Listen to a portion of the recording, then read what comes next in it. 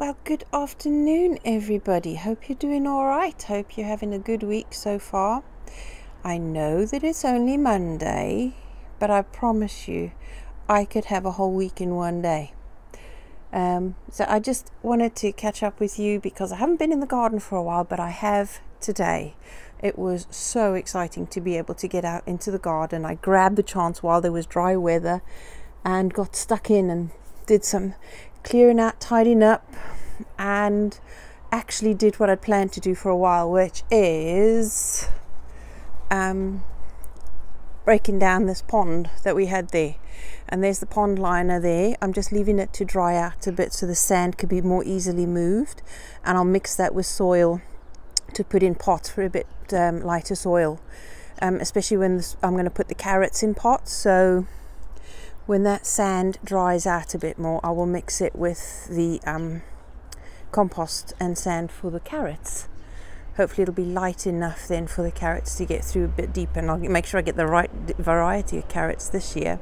I have topped the cherry tree as well and thinned it out a bit because I've decided that I'm going to leave this one there because it's got a nice fork in it right over there. So I'll let it grow again this year to get a bit longer so that it be taller for a decent walking staff at least, and then other bits by the joints there and further down we cut that one off because I want the main stem to come off. As you can see, it's rubbing on there, and I want the framework of the shorter ones to fan out against that side, and then I'll have a tiny little mini path to get past this side of the cherry tree, because this side, as you remember, I said this is going to be the outdoor cooking area. So if I make a tiny little mini path just to walk past to tie in and prune and harvest cherries, then that's going to be fine. And I wanted to keep it at a manageable height as well, so that we could both harvest cherries and keep it low enough for the birds not to get too close to eat all the cherries. I might figure out some kind of fabric to drape over the tree just when the cherries are on the tree. So yes, since we only have one cherry tree, I've tidied up the pots a bit. All the tree bits that are chopped up I've just left on the ground there because there is comfrey. Where is it? Just over there, starting to show a new shoot just under there for the comfrey.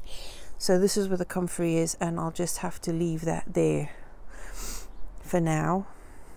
At the end of this year, when it dies down, I will move it probably to the other corner at the back. And I've just tidied up the pots a bit more because I needed to sort out a bit more there. All the that little weed, the algae type stuff that I took out the pond, and the leaves I've just taken out and dumped on the bed. Hopefully that'll break down and feed the tree as well. Nothing needed to be done over there, although as I was planning I realized that this bed is going to be the corn bed this year, so I will have to clear out the chard. It's going to go to bolt soon anyway, so hopefully by May, when I put the corn out, they'll all be done, and the beetroot as well. So today I put some more beetroot out on that bed. So here I'm going to put more root vegetables in this one, and the wood that I took down from the pond, it's not very good. It'll last at least this year more, and I've just got to put more stakes to keep it up straight on the other side so I can backfill against that a bit. I will in future take that back a bit further from there to build a brick wall, but not yet. That'll be a cost and physical energy and time that I don't have right now. So but that is for the future, and I'll just keep building, filling it back against a raised edge there. I want to eventually build a brick wall right the way around and make this as a hotbed for growing stuff during the winter. So if I can grow a hotbed with a cover, a tallish one that's at least 3 foot this side and 2 foot that side, actually 4 foot this side and 2 foot that, so I could have a sloping glass going that way, cover, so that I can grow vegetables right the way through winter as well, that usually would need a bit more warmth. Sourcing the manure would be difficult, although if I do some hot composting at the bottom, and that should help, shouldn't it? Yeah, so that's done. The pond is done. What else did I do today? I can't remember, but it feels like I did a bit more than that. Can't remember, but there you go. Oh yeah, planning more. And then I realized, as I planned, like, roots are going to go here between the beetroot and carrots, and parsnips again, but in a different way. I think as I'm backfilling further, I'll have more space for parsnips. Corn's going to go there. More brassica is going to grow in here, and then all the onions in this bed, the onions. And then I realized, oh my goodness, I mean, I'll put pumpkins, the butternut squash, in those to grow up the trellis. The Jerusalem artichoke is still staying that side. I thought, oh, I'll put beans in here. I'm growing borlotti this year. I decided to quit on the beans that I grew last year. I just want to do borlotti this year. And I would love to do the climbing Victorian peas. I'd done that a few years ago, and it takes less space because they're climbing ones and they're really good. So if I can get some more seeds, I'll do that this year. But I didn't know where to put them. I looked around and I thought, oh my gosh, I've run out of space. Where am I going to put the potatoes? And I thought, okay, so I'll have to do like 2/3 of this bed for corn, and then the rest of it, the big tubs, for the potatoes. And then I thought, oh, hang on a minute, where am I going to put the yacon? I got no space for the yacon now. I thought, what am I going to do with the yacon? So I'm thinking, where's my space disappeared to? I need more space. So I don't know what I'm going to do. I have no idea where I'm going to put. I might have to get some more of those smithy tubs over there where the grape is, and I might have to put some like over there, and the bay will have to go in the front garden, so I'll put a smithy tub there for yacon. I thought, oh, we don't have enough space for anything. I need more space. So I think for things like strawberries and tomatoes, I am going to put tomatoes, I'm going to build a framework inside of that over there for tomatoes to go on top of that in grow bags, I think, or something, or pots or whatever. And then I'm going to put baskets on the fences and the sheds, and any surface I can find for strawberries and something like that, because I'm running out of space. I don't know what else to do. And I mean, the front garden is getting chocker as well. So yes, I need to plan better, hadn't I? I'm going to be having to put more framework up in there to put, and use those baskets better, I think. Not just for flowers, but for vegetables and fruits as well. Oh my goodness. I didn't realize I'd be running out of space. And those wellies are going to have plants in them as well. Lots and lots and lots I need to do.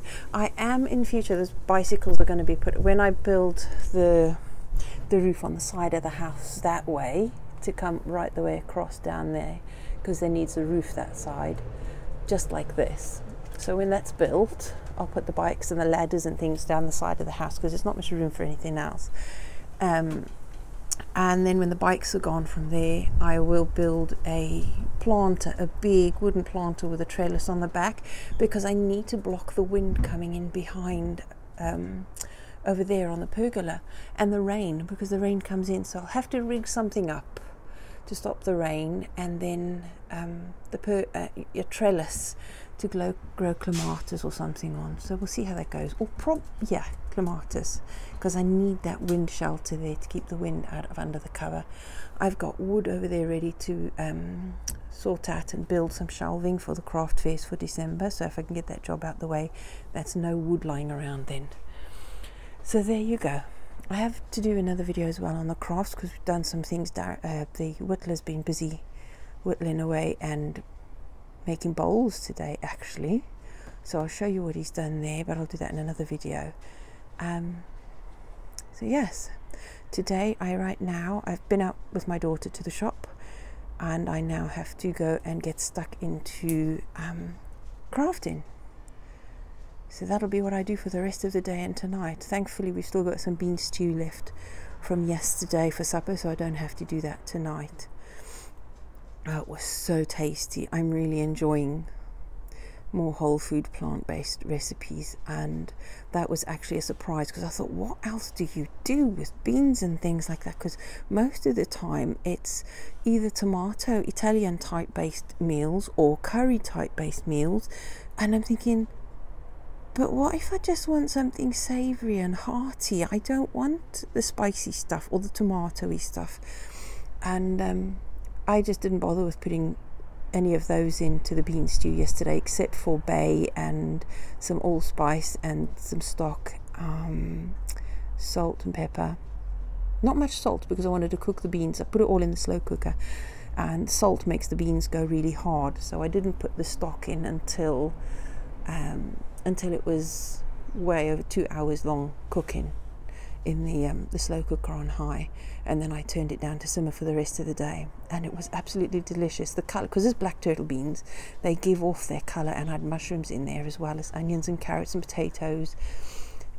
Oh, it was so tasty. It was as hearty as a beef stew without the meat, you know. I can't explain it, but it was so tasty. Of course there are the embarrassing side effects of legumes, but it was so worth it, and I'm glad that I made enough for today so I can carry on working. That's the good thing. So there you are, loads left to do. I shall get on with that, and I hope you guys all have a lovely day. What's left of it. It's a bit overcast now, but I used the best part of the day this morning while there was still some sunshine and got work done. So now it's work indoors. Have a lovely day, everybody, and I'll catch up with you again soon. Bye.